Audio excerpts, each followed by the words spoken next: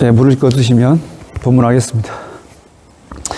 부처님께서 깨달음을 이루시고 난 다음에 그 49일 동안 많은 이렇게 생각을 하셔요. 이제 깨달음 일단 좀 이렇게 즐기셔요. 그렇잖아요. 인생에서 한 인간이 해결해야 될 문제를 확실하게 해결했으니까 얼마나 기쁘셨겠어요.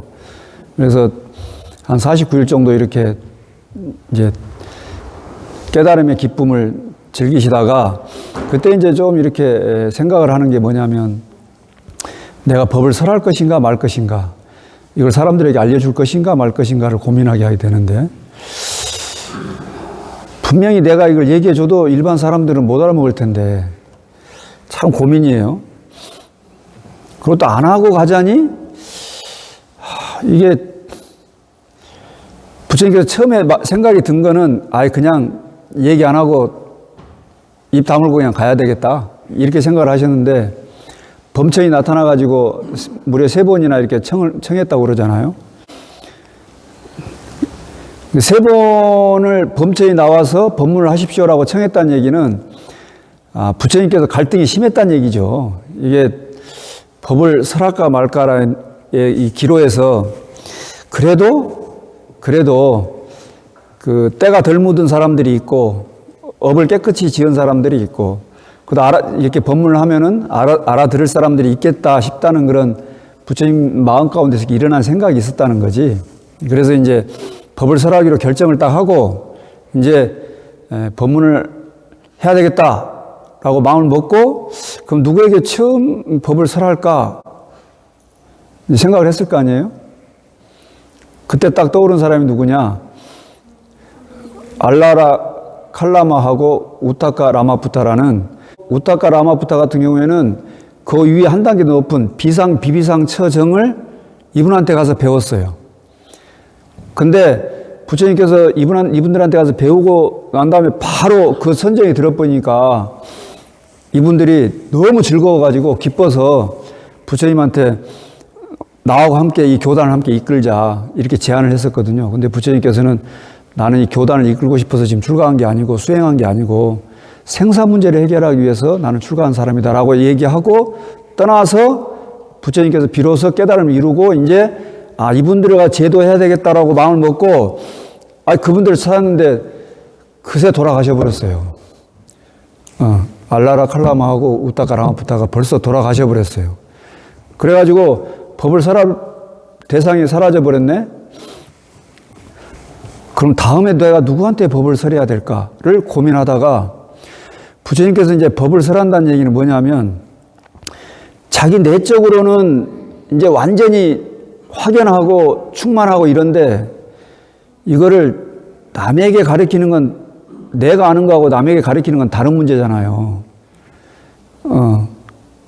그래서 누구를 대상으로 삼을까라고 고민을 하다가 두 스승은 가버렸고, 이제 떠오른 게 부처님이 고행할 때 5명의 이제 수행자가 떠오른 거예요. 그래서 이 5명의 수행자를 찾아서 떠나요. 5명의 수행자를 찾아 떠나는데, 여기 보시면은 그 부다가야 보이죠? 오른쪽 밑에 빨간데 부다가야.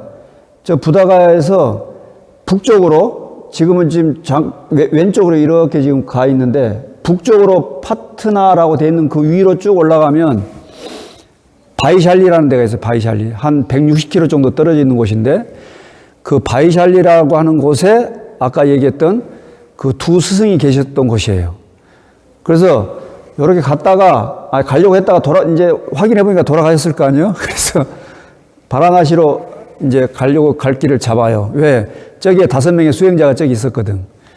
근데 저기 지금 여러분 보시면 아시겠지만 한 241km, 236km 정도 조정되지요. 한 대충 한 250km 잡고, 그러니까 요 부다가야에서 바라나시까지 한 250km 되는 저 거리를 부처님이 차 타고 가셨어요? 걸어서 밥 얻어 먹어가면서 이제 가신 거예요. 하루에 군인이 행군할 때 한 시속 4km로 행군하잖아요. 나만 그렇게 걷는가? 한 4km 정도로 행군하잖아요. 시속 4km로. 그거는, 인도는 엄청나게 더운 나라니까 하루에 한 6시간만 걸었다 치자고요. 낮에 한 2시간, 한참 더울 때는 좀 잠깐 쉬고, 한 6시간 걸으면은 1시간에 4km, 6시간 4, 6, 24, 240km만 한 열흘 정도 이렇게 걸어갔겠죠. 아마 열흘 더 걸었을 거예요. 아까 그 바이샬리 들렀다가 이렇게 가셨을 거니까. 근데 저 한 250km 정도 저렇게 가시면서 도대체 법을 뭘 설할까? 어떻게 설해야 이게 알아먹을 수 있을까를 지금 이제 정리를 해야 될 거 아니에요. 이제 깨달은 자 붓다에서 교사로서의 모습으로 이제 바뀌어야 되니까, 교육자로 이제 바뀌어야 되니까. 그래서 250km 정도 쭉 가다가 정리를 딱 했어요. 정리를 하고 부처님께서 이제 첫 번째로 설하신 법문이 뭐냐? 그걸 우리 초전법륜 그러잖아요. 다 아시는 내용이에요. 부처님께서 처음 5명의 수행자한테 법을 설하고 이 5명의 수행자가 이 법문을 딱 듣고 부처님 저희들이 이제 앞으로 부처님의 제자가 되겠습니다. 부처님을 스승님으로 모시겠습니다. 라고 이렇게 해서 5 비구가 된 거예요, 이제. 그때 설했던 게 저거 뭐였죠? 이 사성제예요. 고성제, 집성제, 멸성제, 도성제. 이게 부처님께서 45년간 설법 가운데 가장 첫 번째 하셨던 법문이에요. 근데 이제 불교 전체를 대관해 보면 불교는 교학 체계하고 수행 체계 두 체계로 나눌 수가 있어요. 부처님 가르침을 딱 정리를 해보면 부처님의 가르침 그리고 부처님의 수행 방법 이렇게 두 가지로 나눌 수가 있는데 이 불교의 교학 체계는 뭐냐? 가르침은 앞에 나와 있는 대목들 있죠. 온, 처, 계, 근, 재, 연 이렇게 돼 있잖아요. 온, 12처, 18계, 22근, 4재, 12연기. 이게 불교 교리 다예요. 여러분들이 불교 자꾸 어렵다고 하는데 불교 전혀 어려운 종교 아니에요. 부처님 가르침 이게 다예요. 5원, 12처, 18개, 22근, 4재, 12연기. 저 지금 4재 있죠? 이 교학체계 전체를 정리해보면 이렇게 6 큰 카테고리로 나눌 수 있는데 그 중에 4재가 들어있어요. 이 낱낱에 대해서는 설명하려면 또 1년 해야 되니까 그냥 이런 게 있다라고 넘어가시고 여러분이 나중에 따로 공부를 하세요. 자, 수행체계는 뭐냐? 수행체계는 이걸 37조도품 이렇게 얘기하는데 37가지의 깨달음을 이루는 도를 이루는데 도움을 주는 도움이 되는 내지는 깨달음을 이루는 37가지 방법 뭐 이렇게도 풀 수 있어요. 맨 첫 번째 나오는 게 사념처예요. 사념처, 사정근, 사여의족, 오근, 오력, 칠각지, 팔정도. 맨 마지막에 팔정도 이렇게 돼 있잖아요. 요 31조도품 각각에 대해서도 이제 앞으로 법회 때 쭉 법문을 들을 수 있는 기회가 있을 거예요. 나중에 설명을 드리는데 어쨌든 이런 그 교학 체계와 수행 체계로 나눌 수가 있다라고 보시면 돼요. 근데 부처님께서 사성제법을 처음으로 설하신 데는 빅피처가 있어요. 그게 뭐냐? 여기 지금 아까 그 교학 체계의 한 부분이 사성제였잖아요. 그죠? 그 다음에 37조도품 가운데 마지막에 팔정도 돼 있죠?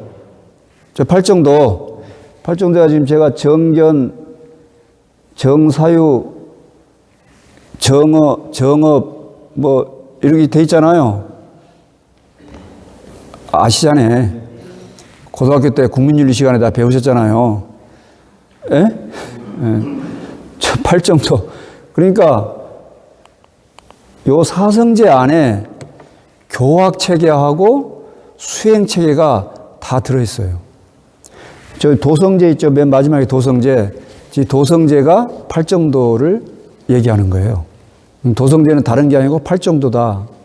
그러니까 부처님께서는 그 250km 정도를 쭉 걸어가시면서 도대체 이 사람들에게 내가 처음에 뭐를 설해야 될까?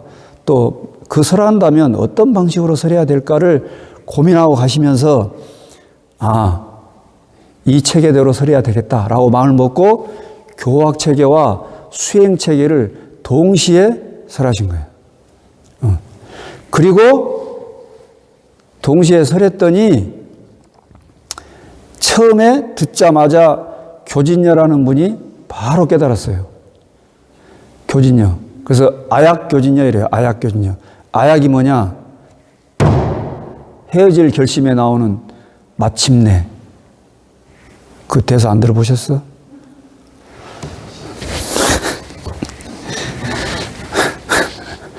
영화도 좀 보고 그러셔.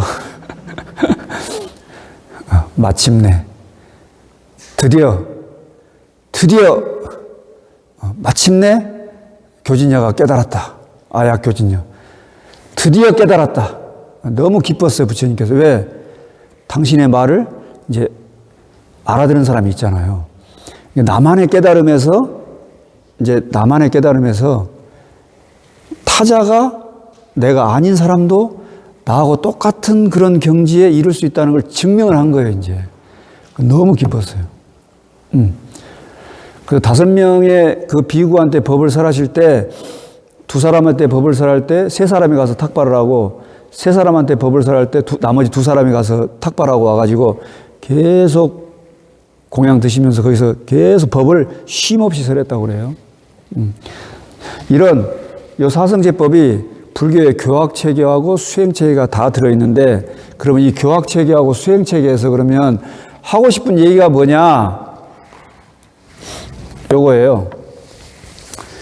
부처님께서 첫 번째 설하셨던 것은 사성제법인데, 이 사성제법을 설하고 난 다음에 교진녀가 깨달았어. 그리고 부처님께서 두 번째 설법이 요 삼특상이에요. 삼특상. 우리들은 삼법인 이렇게 많이 들으셨죠? 삼법인이 재행무상, 일체계고, 제법무아 이렇게 들으셨잖아요. 그렇잖아요. 네. 그러니까 사성제를 설하신 이유는 그 사성제를 알려주는 의미도 있지만, 사성제를 알려주는 게 지금 거기에 목적이 있었던 게 아니고, 사실은 이리로 이끌기 위해서 지금 요걸로 이끌기 위해서 뭐냐? 무상, 고, 무아라고 하는 요 진실로 이끌기 위해서 사성제법을 구상하신 거예요. 근데 사실은 우리가 저 무상, 고, 무아를 다 알잖아요. 모르시는 분은 아무도 없잖아요. 그죠? 네. 그러면 아약 교수부장님. 이렇게 되는 거지, 이제. 다 깨달으셨으니까. 우리가 무상, 고, 무아를 모르는 분이 아무도 없잖아요. 다 알잖아요. 저게 어려운 내용도 아니고, 사실은. 복잡한 것도 없고. 저게 이제 저 무상, 고, 무아가 그 사성제법을 가만히 그 법대로 들여다봤더니 저 무상고 무아라는 3가지 특징적인 모습이 드러난다라는 거지. 이 세상이 가만히 들여다봤더니 사성제법을 그런 고진멸도의 그런 체계로 봤더니 이 세상은 무상한 것이고 고인 것이고, 무상하다면 괴로움이고 괴로움이라면 무아인 것이구나라고 하는 사실을 알 수 있다는 거죠. 그래서 아라한이 된 거예요. 성문사과, 부처님으로부터 법을 들음으로 말미암아서 최상의 깨달음의 경지에 이르는 그 경지가 어디냐? 아라한인데, 아라한은 부처님 명호 중에서도 열애, 응공, 정변지, 명행적, 선서, 세간의 무상사, 조장부, 천인사, 불세손 이런 것처럼 열애, 응공할 때 응공이 아라한이란 말이에요. 공양받아 마땅한 분 이 뜻이거든. 그러니까 아라한이 됐다 이 말은 부처님하고 똑같은 상태가 됐다 지금 이 말이에요. 부처님의 경지에 이르렀다. 그러니까 그 5명의 비구가 똑같이 아라한이 됐어요. 사성제법을 듣고 저 3가지 특징을 깨달아 버렸어요. 그리고 아란이 됐어요. 제가 처음에 법문 시작할 때 우리가 이 세상을 살면서 늘 그러해야 된다라고 여기는 것은 우리들의 생각으로 그렇게 할 뿐이다라고 말씀드렸는데 이 세상은 무상한 거예요. 겨울은 항상 춥고 눈이 와야 된다. 이것은 우리들이 이 짧은 100년간의 세월을 살면서 그냥 그렇게 보아왔던 것일 뿐인 것이지 엄청나게 더울 때는 겨울에도 비가 내리고 엄청나게 추우면 여름에도 눈이 내리고 빙하기와 간빙기가 계속 반복해서 빙하가 됐다 간빙기 됐다 빙하 됐다 간빙기 됐다 이렇게 하는 거잖아요. 빙하기에 산 사람들은 늘 눈만 보고 살았을 거 아니에요. 봄, 여름, 가을, 겨울 12개월 1년 내내. 그런다니까. 그래요.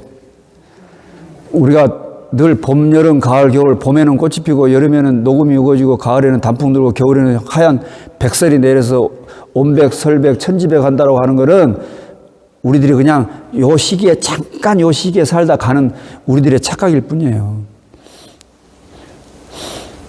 끊임없이 다 무상하고 찰나찰나 순간순간 끊임없이 변화의 과정에만 있을 뿐인 것이지 그렇게 변하는 것은 결국은 우리에게 괴로움으로 다가온다. 자, 이제 부처님께서 요 무상고무아를 설하시는데 무상고무아를 설하게 된 또 다른 배경이 있어요. 그 배경이 뭐냐? 신을 믿는 사람들. 지금도 인도는 힌두교를 믿다 보니까 힌두교의 신을 믿잖아요. 힌두교에서는 창조의 신이 브라만 신이에요. 저 유럽이나 기독교 국가들은 창조의 신이 여호와잖아요. 여호와. 하느님 아니에요. 그쪽 동네 이름으로 여호와예요. 야훼, 야훼. 야훼라는 이름을 우리나라로 가져오면서 자기들이 본래 우리나라는 하느님이라는 사상이 있었어요. 우리 한민족에는 하느님이라는 게 있었어. 그 하느님이 뭐냐면 우리나라 사람들이 생각하는 하느님이 뭐냐면 당군 할아버지의 아버지. 예? 당군 할아버지의 아버지가 하느님이라니까. 그 하느님이 누구냐? 이름이 석재환인이요. 당군신화에 보면 나오는데 다 보셨으면서 아닌 척하고 애들 있어. 그 석재환인의 아들이 당군 할아버지잖아요. 그 하느님이 우리 하느님이요. 저쪽 동네 서양 쪽 동네 하느님은 원래 하느님이 아니고 여호와예요. 여호와, 야훼. 그쪽 하느님이요. 어쨌든 그쪽 동네의 창조신은 여호와고 인도라는 동네의 창조신은 브라만이에요. 근데 인도에는 창조신도 있고 유지시켜주는 신도 있고 파괴의 신도 있어. 그 파괴의 신 이름이 뭐냐? 시바야, 시바. 시바스 리가 할 때 시바야. 시바. 근데 그 브라만 신이 가장 창조의 신이니까 가장 받들어질 거 아니에요. 모든 걸 만들어내고. 그 브라만 신, 이 브라만하고 브라만 신은 항상하다라고 여기는 게 상이야, 상. 항상 상자. 그래서 이 신은 항상하고 신의 나라는 항상 즐겁고 거기는 괴로움이 없다. 그러니까 우리들은 나라고 하는 이 아트만이라고 하는 내가 있는데 이 내가 그 브라만과 하나가 됨으로 말미암아서 브라만이 펼쳐놓은 영원한 즐거움의 땅인 그 낙천인 즐거운 곳, 천국, 천당, 뭐 우리로 얘기하면 극락, 최상의 즐거움만 있는 그곳으로 가야 된다라고 가르치는 게 신을 믿는 종교의 가르침이에요. 지금 저 개신교나 천주교에서 똑같잖아요. 하나님의 나라에 가면은 영생을 얻는다고 그러잖아요. 영생. 근데 부처님께서는 세상의 이치를 딱 관찰해 보셨더니 그렇게 천국이라는 곳에 신의 나라라는 곳에 거기에 가서 영생을 얻는다는, 또 영생을 얻을 자가 있다고 여기는 그것은 사기다. 속지 말아라. 라고 말씀하신 거예요. 신은 항상하다. 신의 나라는 항상하다 여기는 게 상이야. 그 상의, 항상상자, 그 상의 반대 개념으로 그걸 깨뜨려주기 위해서 하시는 말씀이 무상이에요. 신의 나라는, 천국은, 하늘나라는 즐겁다, 항상 즐거움만이 있다 라고 하는 것을 깨뜨려주기 위해서 시설한 것이 고예요. 일체계고. 그 다음에 그 신의 나라로 가는, 신의 나라에 태어나는, 그리고 거기에서 즐거움을 누릴 자는 나다라고 여기는, 그 나다라고 여기는 것을 깨뜨려주기 위해서 시설한 것이 뭐냐? 무하다. 그렇게 나라고 할 만한 것을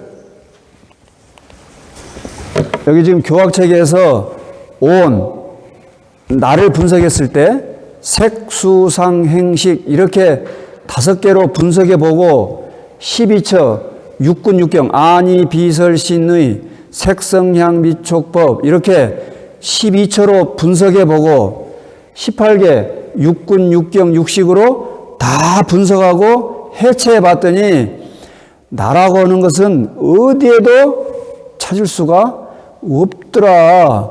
그렇게 찾을 수가 없는데 니들은 끊임없이 나라고 하는 게 이 어머니 배 밖에 태어나가지고 내가 이 세상을 살다가 내가 다음에 죽은 다음에 내가 천국에 가야 된다라는 착각 속에 빠져 살더라. 그래서 그것을 깨뜨려 주기 위해서 말씀하신 게 무하다 이 말이에요. 이해되세요? 사기치는 것에 속지 말아라. 근데요, 제가 그 법무실장님하고 지난주에 대화를 했는데 사기당해가지고 잃어버린 돈은 찾을 수가 없다네.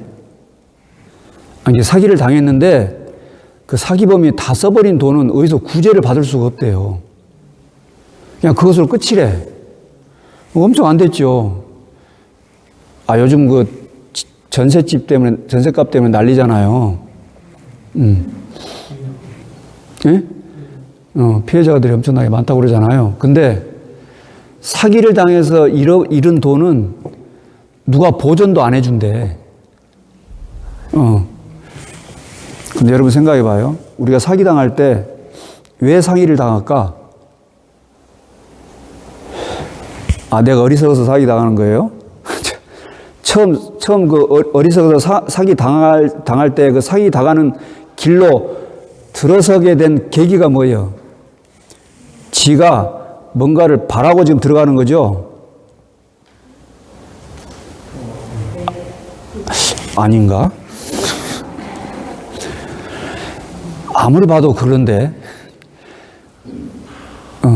거기 투자하지 말고 여기 투자하세요. 그러면 내가 몇 갑절로 만들어 드릴게요. 이거는 확실한 길이에요. 나한테 맡기면 분명히 내가 이렇게 해서, 당신이 은행에 넣거나 무슨 뭐 주식에 투자하거나 뭐 어디에 투자하는 것보다 훨씬 확실하게 보증해서 몇 겁절로 튀겨서 드릴게요. 그러니까 들어가는 거잖아요. 그러거든. 사기를 당하는 사람은 자기의 바람에 의해서 들어가는 거예요.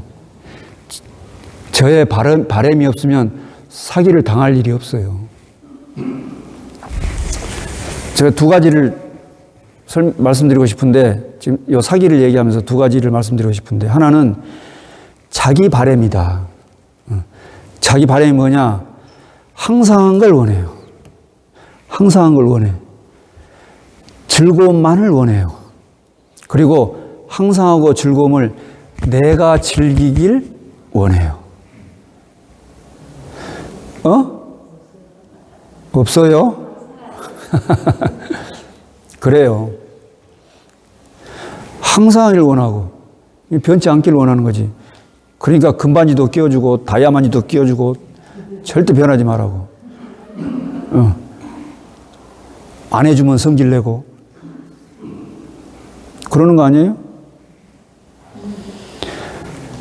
변하지 않아야 된다는, 항상 즐거워야 된다는, 그리고 그것을 내가 누려야 된다는 이런 바람이 있는 거예요. 근데 이런 바람이 있는데 이게 돼요, 안 돼요? 부처님께서 진실을 가만히 들여다봤더니 이 세상에 항상한 것은 없고 즐거운 것은 없고 나라고 할 만한 것은 어디에도 찾을 수가 없어. 그런데 늘 항상한 걸 원하고 즐거운 걸 원하고 영생을 구하고 천국을 구하고 그 천국에서 누리는 나를 구하고 하기 때문에 사기를 당해. 사기를 당하면 한 푼도 구할 수 있어, 없어? 보전이 안 돼, 보전이. 그러니까 저쪽 집 가지 말고 이 집으로 와야 돼. 예? 꼭 보전도 안 되는 집에 가가지고 지금 난리야. 근데 그 집은 성황이요. 왜? 우리의 바람하고 딱 맞거든. 그죠? 내가 바라는 내 바람하고 딱 맞아. 사기 당했다고 깨닫기 전까지는 계속 쏟고 있을 거야. 근데 그렇게 몇 갑질 뻥튀기 해가지고 나한테 다시 줄 거야라는 그런 바람이 있는 동안까지는 기쁘겠죠? 즐겁지 않겠어? 벌써 기쁨에 차였잖아. 벌써 해외여행도 가고 이미 달나라도 가고 화성도 가고 그랬을 거야, 이미. 그렇지만 이제 터지고 나면 그때 비로소 땅을 치고 후회해도 보존받는 건 하나도 없어, 이제. 잘 보세요. 좀 큰 그림으로 보셔. 제가 예전에 우주부터 시작해가지고 조그마한 우리 원자의 단위에 이르기까지 모든 것은 다 무상하지 않는가라고 말씀드렸잖아. 이미 증명해 드렸잖아요. 그리고 부처님께서 말씀하세요. 너 지금 세상 사는데 즐겁냐? 아니요, 괴로운데요. 왜 괴로우면서 즐겁다고 네 스스로를 속이냐? 괴로운 건 괴로운 거지. 너 병들면 즐거우냐? 아니요, 괴롭습니다. 너 늙는 게 즐거우냐? 아니요, 괴롭습니다. 늘 젊음을 유지하고 싶습니다. 근데 왜 이렇게 즐겁다고 하는 것에 속느냐 이 말이지. 진실을 보지 못하고. 진실을 봐라. 부처님께서 첫 번째 설법에 사성제법을 설하고 거기에 교학체계와 수행체계를 제시해주고 그리고 난 다음에 이끌고 와서 삼법인이라고 하는 세 가지 특징적인 이 세상에 이 우주관의 특징적인 모습이라고 하는 무상고무아를 우리에게 일러주심으로 말미암아 무상고무아에 눈 떠서 우리를 얽어매고 있던 항상한 것이 있다라고 여기는 항상 즐거움만이 있을 거라고 그런 바램을 나라고 하는 것이 변치 않는 나라고 하는 것이 있을 거라고 여기는 그런 착각을 다 깨어줌으로 말미암아서 그야말로 평안한 땅으로 이끌어주기 위해서 지금 시설해 놓은 것이다. 그러면 모든 걸 다 타파하고 다 깨서 평안한 자리에 이르면 평안한 자리에 이른 놈이 있을까 없을까? 마침내 편안한 자리에 이른 놈이 있을까요 없을까요? 여러분의 일상이 늘 평안하고 안락하게 축원드립니다.